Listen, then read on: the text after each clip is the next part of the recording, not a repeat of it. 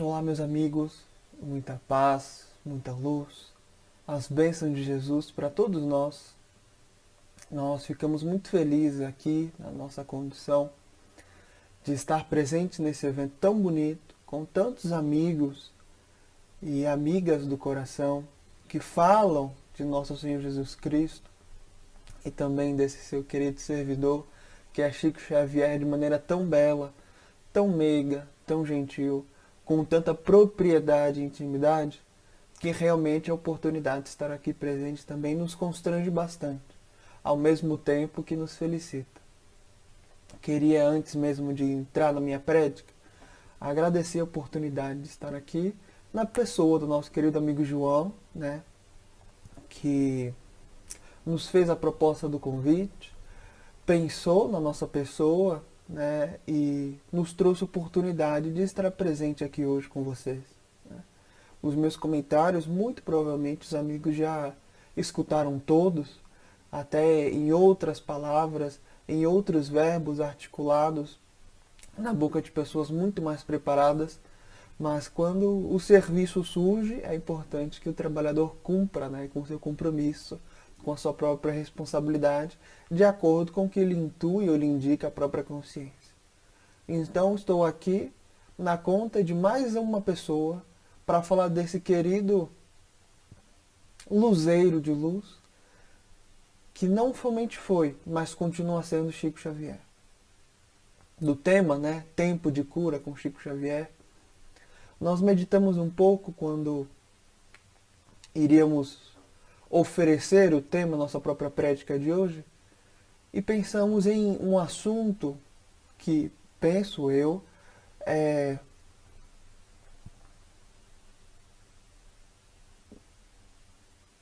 desejoso que cada pessoa possa desenvolver a seu tempo, né?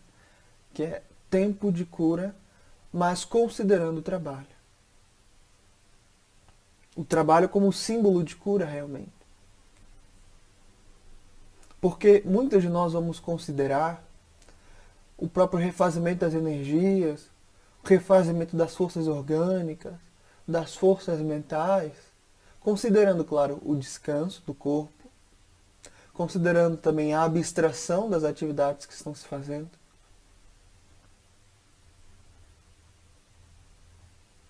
Mas também sobre a ponderação de que enquanto estamos ali gastando energia, estamos forçando, vamos colocar nesta condição, o cérebro a trabalhar, ou os braços cansados, o suor descendo o rosto, o restante do corpo, porque está ali dispondo de muita energia, de fato gastando energia para que se cumpra alguma atividade. É nesse momento, sabe, de grande cansaço, que nós também podemos nos curar de muitas dores. E a gente queria abordar esse prisma, considerando, né, como centro nosso Senhor Jesus Cristo e o nosso querido Chico Xavier. Então, nos breves minutos, ficaremos aqui conectados, debatendo sobre este assunto, que de alguma forma, né, nem que seja por um piscar, um triscar de um momento, nosso coração possa bater em uníssono com o coração de nosso Senhor Jesus Cristo. Pois bem, consideração sobre o trabalho. É claro que a gente pode ir naquela pergunta clássica de Livro dos Espíritos, né? Que Kardec pergunta: o que é trabalho? E os Espíritos respondem: toda ocupação útil. De tal maneira que a gente pode gravar muitas pessoas em atividades comuns do cotidiano e elas estão ali em trabalho sério, trabalho dedicado. Alguém que cuida de casa, por exemplo, trabalha todos os dias. Precisa varrer o chão, lavar o fogão, lavar a louça, alimentar-se, alimentar a família, assim mesmo como cuidar de si mesmo, com a higiene pessoal, os exercícios físicos para cumprimento com as disciplinas do corpo e por aí vai. É claro que a gente pode pensar no trabalho em sentido mais usual, em todas as profissões do mundo. desde o artista que pinta um quadro, desenha uma paisagem, fotógrafo, né, que registra o horizonte, até mesmo aquela condição mais clássica, né? Por exemplo, na condição do advogado, que escreve algum tratado, algum regimento, algum artigo de defesa. Ou o próprio cientista, na sua condição generalizada, que busca entender algum significado por trás de um fenômeno, que escreve um próprio artigo científico, é publicado em periódico, enfim. Entretanto, é necessário expandir, é necessário ir mais além. Tudo ao nosso redor trabalha. Tudo dentro de nós trabalha. O coração agora, no peito de cada um de nós, o meu, o de vocês, está trabalhando incessantemente, palpitando o sangue para o corpo inteiro. E o sangue também trabalha, porque carrega, né, as suas células que levam oxigênio para os tecidos e músculos e órgãos do corpo. Os neurônios também trabalham para que a gente possa observar. Os olhos também, amigos muito dedicados, continuam servindo, trabalhando. É claro que eles podem estar com maiores dificuldades de cumprir com essas tarefas em determinados corpos. Mas em consideração a isso, a gente tem outros órgãos que vão aumentar a sua própria sensibilidade. As mãos trabalham no serviço tátil constantemente. Os pés sustentam o corpo. As juntas ligam uma parte à outra. Os joelhos mesmo conectam a canela e a coxa. Cotovelo, braço, antebraço.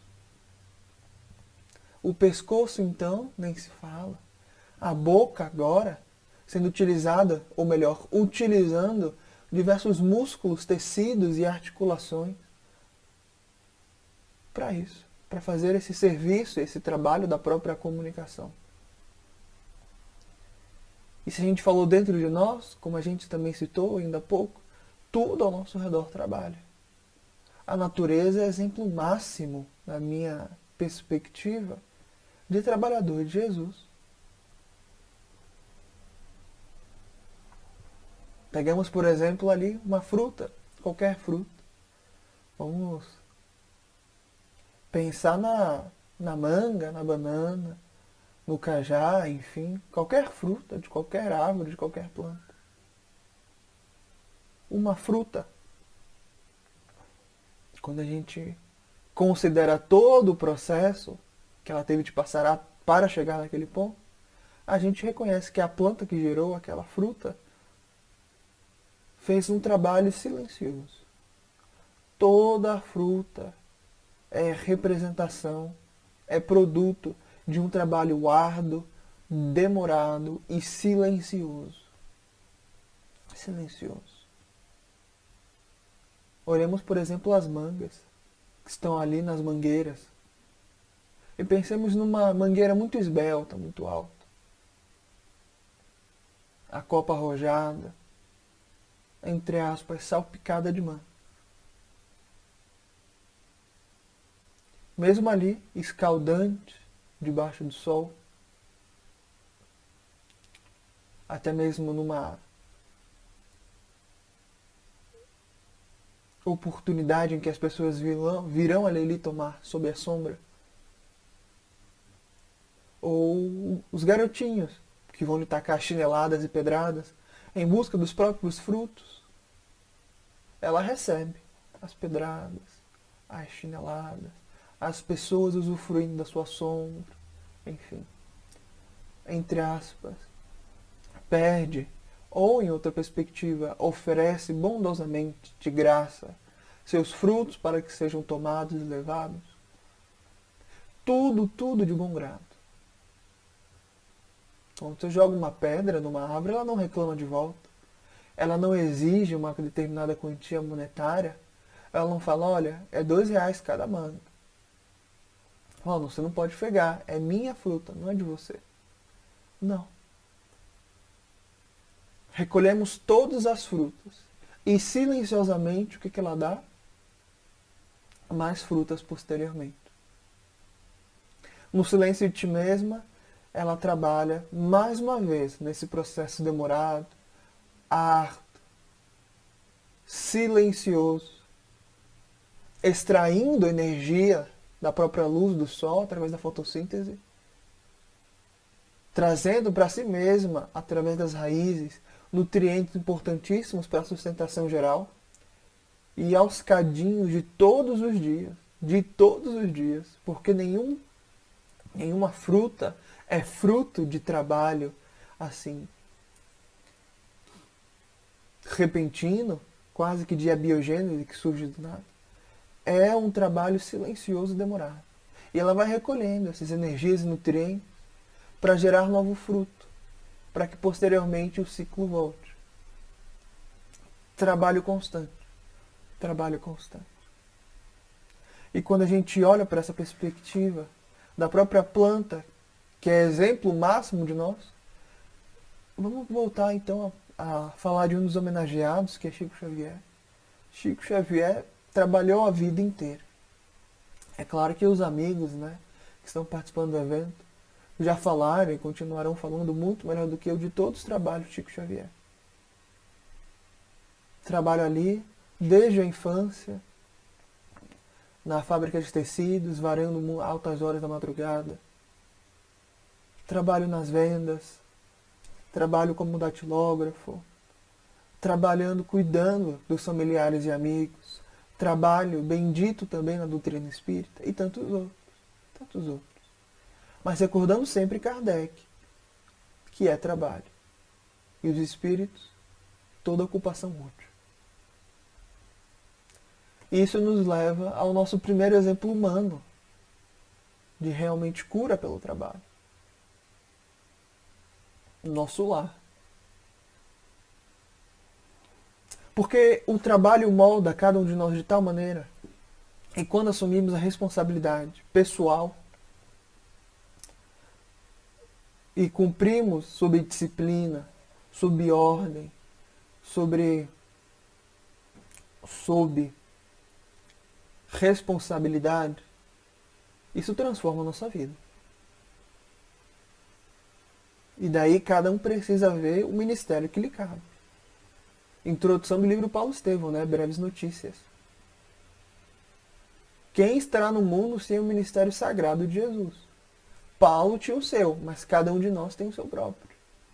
Kardec, nas revistas espíritas, do professor, ou melhor, do agricultor, do professor ao governador de uma terra, todos estão trabalhando. Todos têm uma responsabilidade imensa no curso das coisas, na ordem do todo. Todos. E daí a gente vê André Luiz em nosso lar. Um espírito que passou, como diz Herculano Pires, né, no seu programa de rádio, no Limiar do Amanhã, passou 8 anos em regiões umbralinas. Umbralinas. Um espírito desta envergadura, porque nós podemos olhar hoje para André Luiz e aplaudi-lo na sua condição. Muitos ponderarão que ele é um espírito já iluminado. Entretanto, se aplaudimos hoje o diamante na sua condição, importante não desprezar quando ontem ele abraçava a condição indumentária do material sedimentado, né, o carvão.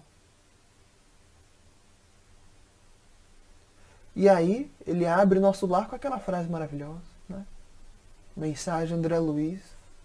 A primeira frase, suas primeiras palavras que ele decide para abrir o trabalho mediúnico com Chico, e também se introduz ao movimento espírita, é: a vida não cessa, a vida é fonte eterna, e a morte é o jogo escuro das ilusões.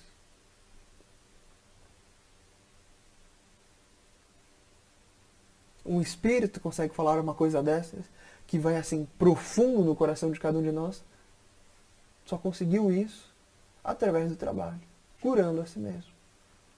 Capítulo 1 e capítulo 2 nos mostram a condição de André Luiz. E ele fez questão de narrar como é que ele chega no mundo espiritual. Cansado, com fome, com frio, as condições orgânicas não haviam se alterado, o câncer que ceifou-lhe a vida carnal estava ali ainda, né, lhe cutucando o corpo perispirítico. A barba crescia, o cabelo ainda crescia, as roupas rasgadas. Tudo ali como se tivesse encarnado, mas pior. E ele comenta, né? Pouquíssimas vezes dormia, pouquíssimas vezes. Quando não conseguia dormir, que era a maioria dos casos, eram porque criaturas animalescas iam até ele lhe perturbar. Ou senão, a consciência ali galopante, lhe cutucando, lhe ferindo, lhe mostrando todos os erros e tropeços. Mas ele também pondera. E uma saudade imensurável de casa. Uma saudade de casa. Daqueles que tinham ficado. Era a esposa, os filhinhos.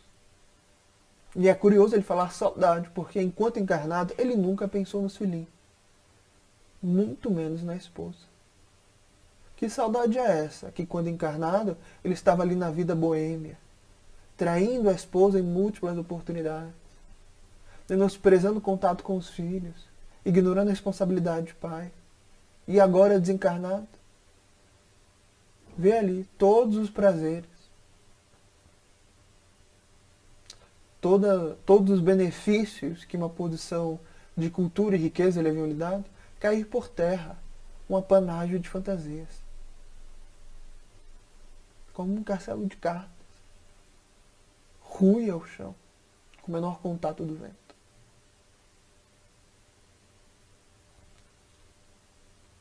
Mas aí a gente sabe o que acontece, né? Ele faz aquela prece maravilhosa no capítulo 2. Surge-lhe Clarencio, retira ele do umbral e leva até nosso lar, a colônia espiritual. E aí li no capítulo 6,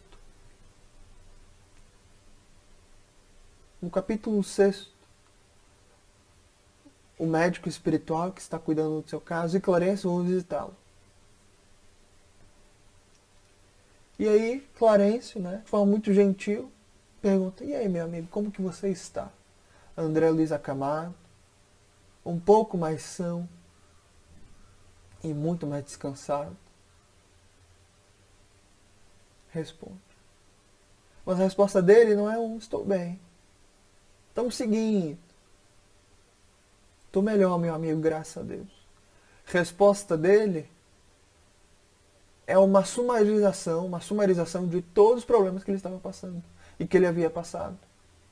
Ele começa a falar das perseguições, da saudade de casa, dos problemas que enfrentou no umbral, da ardor ainda que lhe bate no corpo,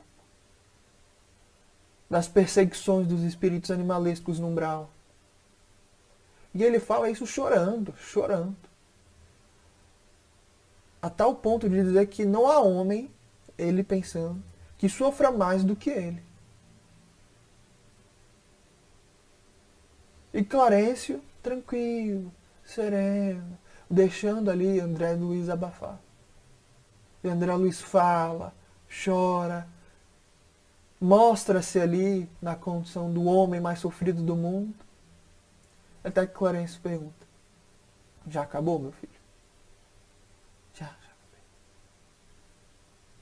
E aí Clarencio faz a pergunta derradeira para André Luiz. Aquela pergunta que, se nós perguntássemos, a gente ia responder sim com certeza. Clarencio pergunta: meu amigo, queres de fato obter a cura espiritual? Você quer de verdade curar-se?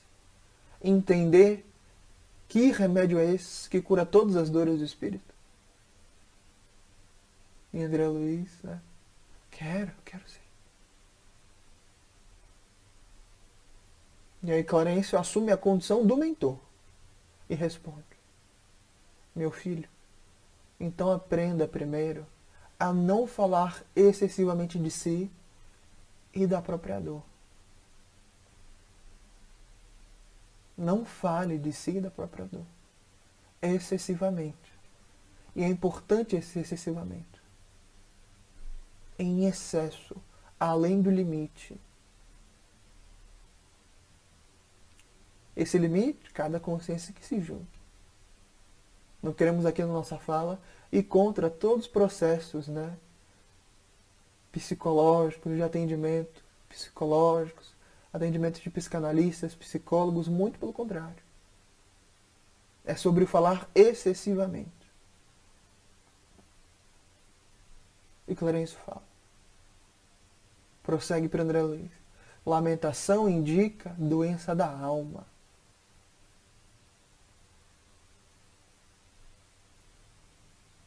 Doença da alma. E é uma doença de tratamento laborioso, demorado, difícil.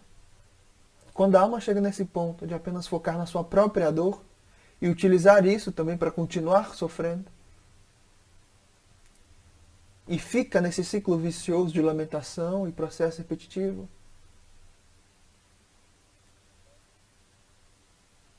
é necessário muito, muito esforço para curar-se. E Clarencio traz as ponderações. A sua família que ficou não está desamparada. O mesmo Deus que cuida de você está velando por eles na terra. Está velando por eles na terra. Porque até então André Luiz achava que estavam ali. Como diz o jargão social, ao Deus dará, abandonados. Muito pelo contrário. Lembrando Emmanuel no livro Coragem, capítulo 25.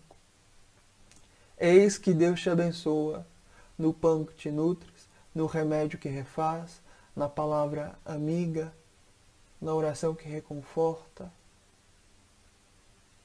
E tudo que Deus pede de volta é que você abençoe também. Estão ali sendo cuidados a todo instante.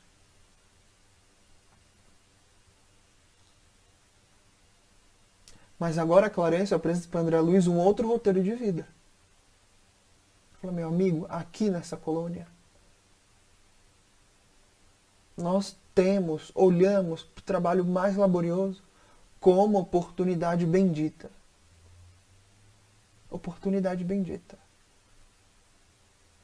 Muitos de nós queremos desencarnar e descansar, achando que as coisas serão mais fáceis por lá, no mundo espiritual. Muito pelo contrário. Muito pelo contrário. É preciso continuar trabalhando sempre, a todo instante. E sob esse novo roteiro de vida, André Luiz muda sua vida para sempre. Para sempre. Para sempre.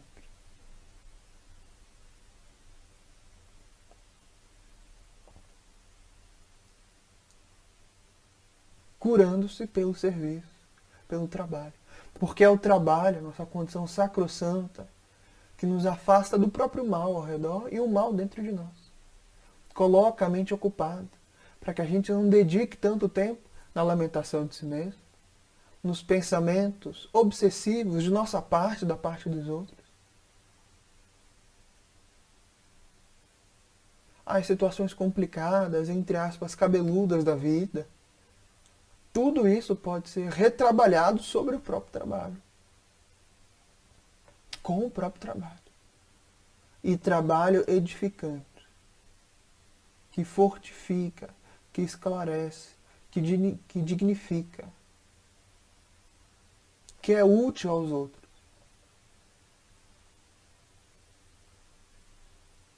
Lembra o Chico Xavier também, quando ele fala sobre o trabalho, mas também fala sobre o descanso. E ele diz, olha, para mim, o espírito de férias, ele deveria ser apenas concebido, considerado por nós todos, apenas para refazimento do corpo, para que nós voltemos ao trabalho. Isso, bom. Sempre trabalho, sempre servindo, incessantemente. Cumprindo a nossa parte, né, nesse grande todo, como a gente comentou no início. Nosso segundo exemplo de alguém que soube refrigerar a própria alma através do trabalho. Nosso Emmanuel, capítulo 290, do livro Deus Conosco.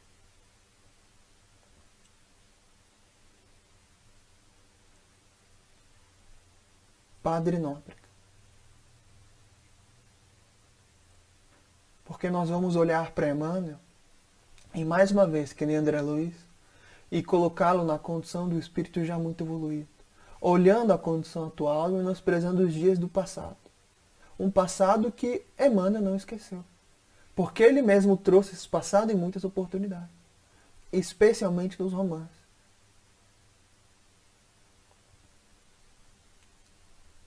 Públio Lentulus, bisneto e bisavô em 2000 anos. Nestório, 50 anos depois. Basílio em Ave Cristo. Damiano no Renúncio. E algumas, outras encarnações ali. Que ele vai psicografar em algumas outras mensagens. Nóbrega, o primeiro apóstolo do Brasil. Mas antes de Nóbrega, como a gente disse, 290 do Deus Conosco, da editora Vinha de Luz, Emmanuel fala da sua encarnação antes de Nóbrega. E mais uma vez, Nóbrega é considerado o primeiro apóstolo do Brasil. Humberto de Campos, no Boa Nova, diz: quando Nóbrega chega no Brasil, o sermão do monte do Cristo com as bem-aventuranças se repete. Se repete. Servidor incansável. Só que ele fala a sua encarnação antes de Nóbrega. O que ele estava fazendo? Ele diz: havia acabado de desencarnar no século XV, ali na península. Ele não fala qual península. Muito provavelmente a Península Ibérica, Espanha ou Portugal.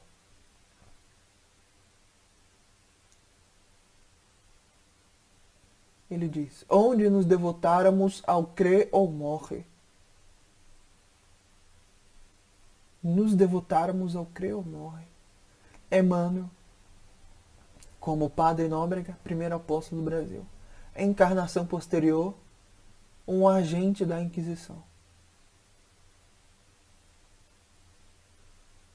Crê ou morre. É estranho, não é? Porque ali, como na história, capítulo 7, primeira parte de 50 anos, ele morre martirizado. Rejeita qualquer chance de abdicar ou abjurar o nome do Cristo. Morre ali, martirizado. Horas antes, consolando o coração de Célia, com um discurso assim impecável, que faz as almas mais frias, gélidas, chorarem. Para 1500 anos depois, se devotar ao crê ou morre. Porque não é como morre, É como vive que importa. Ele prossegue. Tinha meu espírito cansado de querer e mandar sem o Cristo. As experiências com o poder e o dinheiro haviam deixado meu espírito em profunda exaustão. Profunda exaustão. Ele estava cansado, exausto. E é somente isso que ele lidava constantemente. O poder e o dinheiro. Ele tinha um espírito cansado.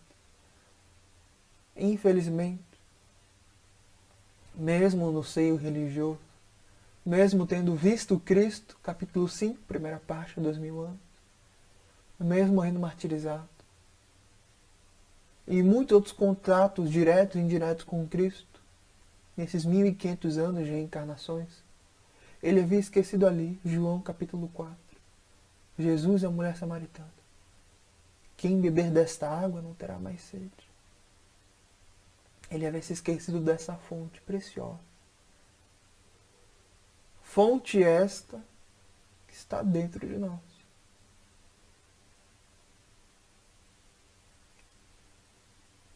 E aí ele fala: 15 séculos haviam se passado.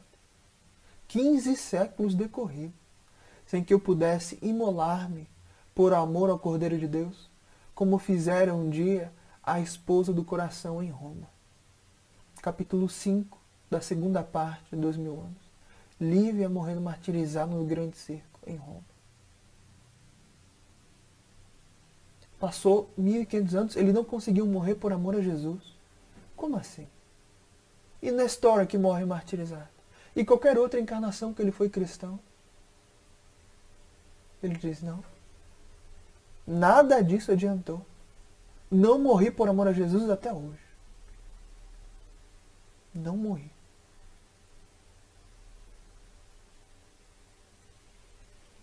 A gente estranha, né? Como assim? Ele não abdica, morre martirizado e diz que não adiantou, que não conseguiu morrer ainda. Quem responde para nós essa questão? Capítulo 13 da primeira carta aos Coríntios. É o próprio apóstolo Paulo.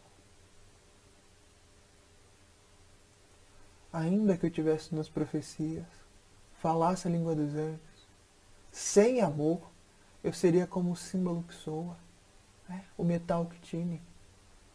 Na época de Paulo, ali especialmente em Corinto, você tinha vários teatros. E na frente do teatro você tinha alguém batendo sino para chamar a atenção ao espetáculo. Quem não tem amor, mas faz alguma coisa, é como essa pessoa que só bate o sino para chamar a atenção para si. Mas dentro, tudo vazio. Ele prossegue. Especialmente ali no versículo 3º. Ainda que eu desse meus bens para os pobres, todos os meus bens para os pobres, desse meu corpo em sacrifício, né? Ser consumido pelas chamas, se eu não tiver amor, de nada me adiantaria.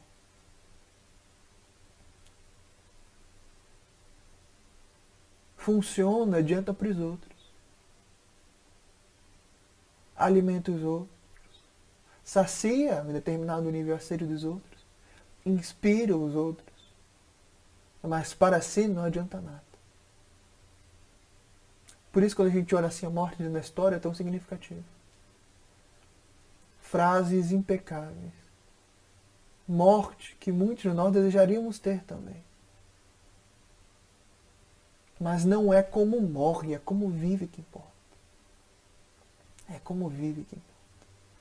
E eu pude ver essa mensagem, Deus conosco, a original. A letra de Emmanuel, psicografada por Chico. A assinatura, a data.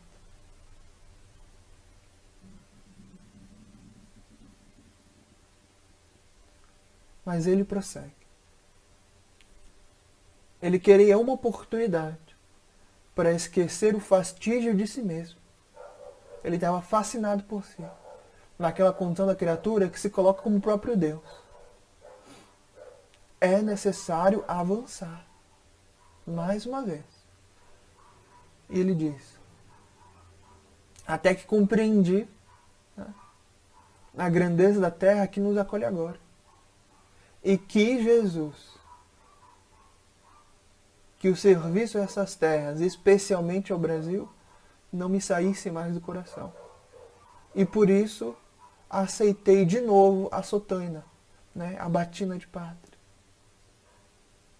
E por Padre Nóbrega reencarnei. Padre Nóbrega. E ele diz, vi a terra realmente, imensa, gigante, e vi as dores dos índios.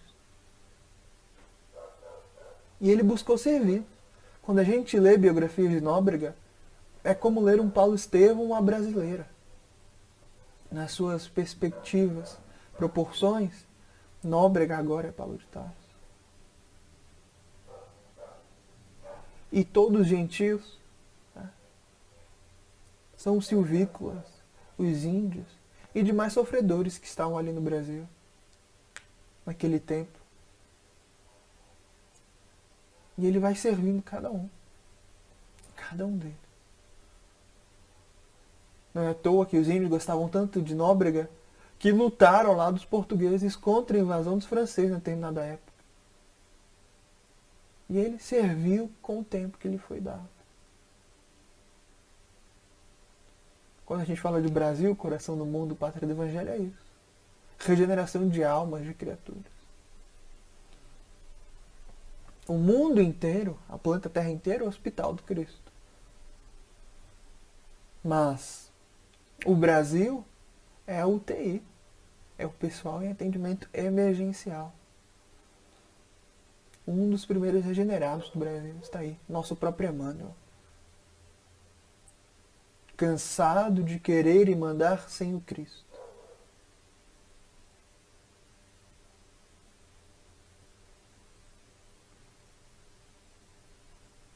É disso que a gente fala, sobre trabalho e cura.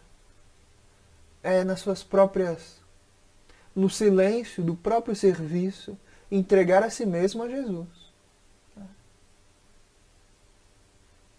É realmente na oficina laboriosa com o Cristo é que nós vamos seguindo e trabalhando e curando a nós mesmos. Não esquecendo ali a introdução do livro Caminho, Verdade e Vida, interpretação dos textos sagrados. Emmanuel vai interpretar ali uma mensagem da Epístola de Simão Pedro. Se não me falha a memória, é a segunda Epístola de Simão Pedro. Mas enfim, é quando Simão Pedro comenta para nós. E lembramos disso. Nenhum texto das Escrituras tem uma determinada interpretação. Está ali em aberto, né? Simão Pedro diz para nós. E Emmanuel vai colocar isso porque ele vai colocar versículos a versículos e trazer uma interpretação que muitos de nós não considera como usual. E Simão Pedro vai continuar falando para nós. Ou melhor, Emmanuel vai interpretar as palavras de Simão Pedro até que certo ponto ele vai colocar. Para o Cristo, para Jesus, não há divisória, não há cerca, não há muro. Ou diferença maior entre trabalhar com José na carpintaria ou pregar sobre Deus no templo. Não tem linha divisória. Todo mundo é o seu campo de serviço. É a gente que coloca, não, aqui é o meu ambiente religioso, aqui é o meu ambiente de pregação da vida, de Jesus, falar sobre Deus, aqui é o meu ambiente de trabalho, aqui é a minha casa. A gente cria essas divisões. Mas o que nós precisamos almejar com Cristo é uma vida una. Uma vida una. Todo instante palpitando sobre a sua luz divina. Recordando também Francisco de Assis. Pregue o Evangelho onde você for. Se necessário, utilize palavras. Isto é, em última instância, fala alguma coisa.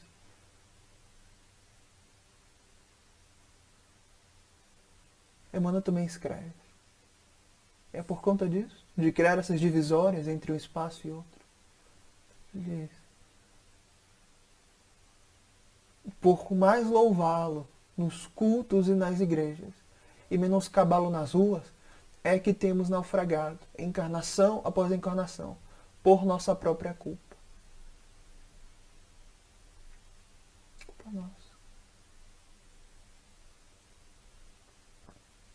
Ainda naquela mensagem de Deus conosco, Emmanuel fala o seguinte: em torno de nós há um povo que tem sede e fome do Salvador. A alteração de nomes não importa. O importante é o trabalho, é o serviço a cumprir. Todos nós somos panfleteiros do Cristo, pregando, cartazes ao redor para uma festa que não é nossa, que não nos pertence. Mas há um povo em torno de nós que tem sede e fome de Jesus. Capítulo 3 da segunda parte do Paulo Estevão, lutas e humilhações. Abigail para Paulo de Tarso. Abigail já desencarnada. Paulo de Tarso querendo desistir da tarefa. E a tarefa nem tinha começado. Daquela visão mediúnica. Abigail fala, olha, a família que a gente não pôde constituir na matéria. A família que a gente precisa realmente ter para nós são os filhos do Calvário. Ela diz, os filhos do Calvário estão aí, espalhados, aguardando a herança do Salvador. A luz que está ali na cruz até hoje, o luzeiro máximo de fé viva para a vida humana na Terra, não cessou. Continua a iluminar a vida de todas as criaturas século após século. A herança da cruz é nossa também. Além das bênçãos, do consolo, heranças como roteiro de trabalho, perseverança, fé. Esses bens da cruz são nossos também. É importante servir, trabalhar.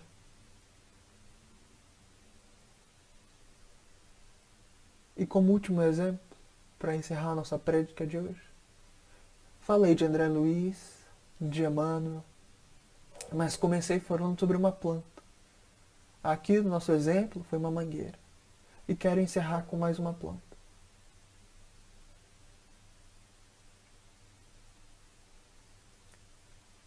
No livro Astronautas do Além, Chico, por Espíritos Diversos, né? Ali da série Chico Xavier Pede Licença, enfim, com Herculano Pires, Chico vai psicografar um espírito, né? Eles vão comentar alguma reunião que eles estão tendo, algum livro ou alguma pergunta de livro dos espíritos, algum tema do Evangelho do Espiritismo, algum espírito vai psicografar, e aí Herculano vai comentar sobre a alcunha, né? Sob um pseudônimo. E muitos espíritos estão presentes neste livro. É um livro que eu gosto muito, né? Batuíra, Bezerra de Menezes, Meimei, André Luiz, Emmanuel, enfim. E tem uma mensagem que é sobre uma planta. E é uma historieta mais ou menos assim. Havia um viajante muito cansado. Ele já tinha certa idade. E ele vai passando ali e estava num lugar muito deserto. Pouquíssimas plantas. E estava debaixo de um sol muito escaldante. Vamos pensar no sol do nosso Amazonas, né? A minha terra natal. Um sol muito forte. E ali cansado, porque ele viajava constantemente de uma cidade a outra. Até que ele vê uma árvore, né? Enquanto se aproximava. E não havia muitos galhos ali. Não tinha muitas folhas também. Mas tinha o suficiente para ele conseguir se esconder do sol. E respirar um pouco. E ele, xingando a própria vida mentalmente, criticando o próprio Criador, ele se reconforta ali naquelas raízes retorcidas e dá aquele respiro de descanso. E aí, como é uma historieta, a árvore começa a conversar com ele. O amigo está cansado. E ele se surpreende, mas ignora posteriormente. Não, estou cansado. Estou muito estressado. E se inicia um diálogo entre a árvore ali, já velha, ressequida, e o próprio viajante. Oh, meu amigo, fica assim não. A árvore começa a consolar. Fica triste assim não. Você tem força ainda, consegue trabalhar. É importante ser feliz. E aí, vendo que o homem estava comprando muito a sua própria argumentação, ela fala de si mesma. Olha pra mim, por exemplo. Quem me vê hoje, assim, velha, eu peço até desculpa. Mas eu também já fui muito jovem. Eu vim de uma sementinha. Cresci aqui nesse chão que você está vendo. Me desenvolvi. Cresci tanto, tanto. Até que eu pude sair da terra e ver o sol. E meu coração ali agradecendo a Deus. Agradecendo a Deus. Em tanta gratidão eu queria continuar servindo. E Deus me deu a possibilidade de desenvolver e me engordar um pouquinho. Ter raízes mais fundas, um tronco mais rígido e grosso. E aos poucos comecei a desenvolver os galhos. Vieram as folhas posteriormente. E eu ali com tanta gratidão a Deus por cuidar de mim. Porque eu era cheia de vida. Cheia de vida. Muitos insetos estavam assim, constantemente ao redor de mim. Os passarinhos vinham e entre casais faziam ninhos em mim, nos meus galhos.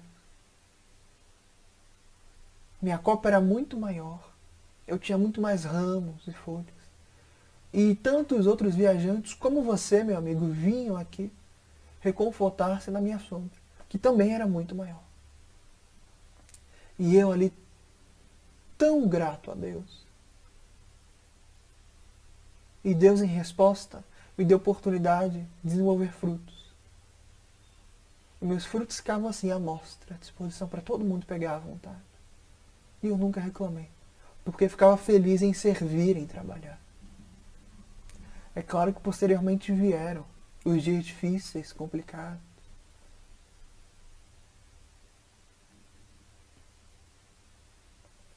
Veio o tempo, os frutos não vieram mais, os passarinhos não pousaram mais aqui. A vida em si se afastou um pouquinho de mim. Alguns galhos caíram, algumas folhas não voltaram. As flores que eu tinha também não retornaram. Mas não pense que eu estou triste por conta disso, não. Muito pelo contrário. Ainda aqui eu continuo servindo, grata por servir. Porque de quando em quando vem um viajante como você, meu amigo, cansado, se reconfortar um pouco ainda nas minhas raízes. E isso tudo me faz muito feliz, por servir a Deus. Tudo que eu peço a Deus, tudo que eu peço, é que venha um dia aqui um lenhador, me retire daqui, e eu darei a minha madeira de bom grado, para sustentar um lar, ou então alimentar as labaredas de uma lareira, esquentando o ambiente. É só isso que eu quero, continuar servindo. E esse diálogo revigorou a alma do velho viajante, cansado, quase que de supetão. Ele se levanta e faz um tratado com a árvore. Não, eu vou ser como você. Eu vou bendizer a Deus a todo instante, a todo momento. E ele vai ali feliz da vida, criando muitos planos de serviço com Deus. Este homem, ele tinha um mal de André Luiz, a lamentação profunda e excessiva. Ele não enxergava, né, os sofredores ao seu redor, como o próprio Emmanuel tinha dificuldade. As experiências com o poder e o dinheiro haviam deixado meu espírito em profunda exaustão. Mandar e querer sem o Cristo. Mas é só o trabalho que pode constituir a nossa fonte de liberdade e refrigeração das forças. Assim como a regeneração de nós mesmos. Para encerrar mesmo a minha prédica, eu não ia comentar, mas a consciência me pede, né? No livro Nosso Lar, no livro Agenda Cristã, ou até mesmo no livro Nosso Lar, a gente tem André Luiz no começo da sua trajetória de retorno ao mundo espiritual, com suas dificuldades, com seus problemas. Mas é somente através do esforço pessoal, da entrega de si mesmo, que ele pode refazer a sua própria condição de espírito sofredor e ser um servidor do Cristo, a tal ponto de ter um trabalho tão farto nas mensagens junto com Chico Xavier. No capítulo 39 do livro Agenda Cristã, a gente tem o André Luiz regenerado. O André Luiz que pelo trabalho, serviço, a entrega, curou-se a si mesmo. E o título é muito sugestivo, porque o tema do evento é Tempo de Cura com Chico Xavier. E é imprescindível também não esquecer o tempo de cura com Jesus. E o título deste capítulo, e é meu texto favorito de André Luiz, de todos que li até hoje nesses pouquíssimos anos de doutrina espírita que tenho, o título é Com Jesus. E ele comenta: com Jesus, a renúncia será um privilégio para você. O sofrimento glorificará a sua vida. A prova dilatará seus poderes. O trabalho constituirá título de confiança em seu caminho. O sacrifício sublimará seus impulsos. A enfermidade do corpo será remédio salutar para a sua alma. A calúnia lhe honrará a tarefa. A perseguição será motivo para que você abençoe a muitos. A angústia purificará suas esperanças. O mal convocará o teu espírito à prática do bem. O ódio desafiar-lhe-á o coração os testemunhos do amor. E a terra, com suas renovações e contrastes incessantes, representará a bendita escola de aprimoramento individual, cujas lições purificadoras deixará você para sempre o egoísmo esmagado. André Luiz. O trabalho constituirá título de confiança em seu caminho. E é pelo trabalho constante com Jesus, recordando desses luzeiros que vieram antes de nós, que nós obtemos nossa própria cura. Essa tão almejada cura espiritual. Muita paz aos amigos, muita luz. Deus conosco.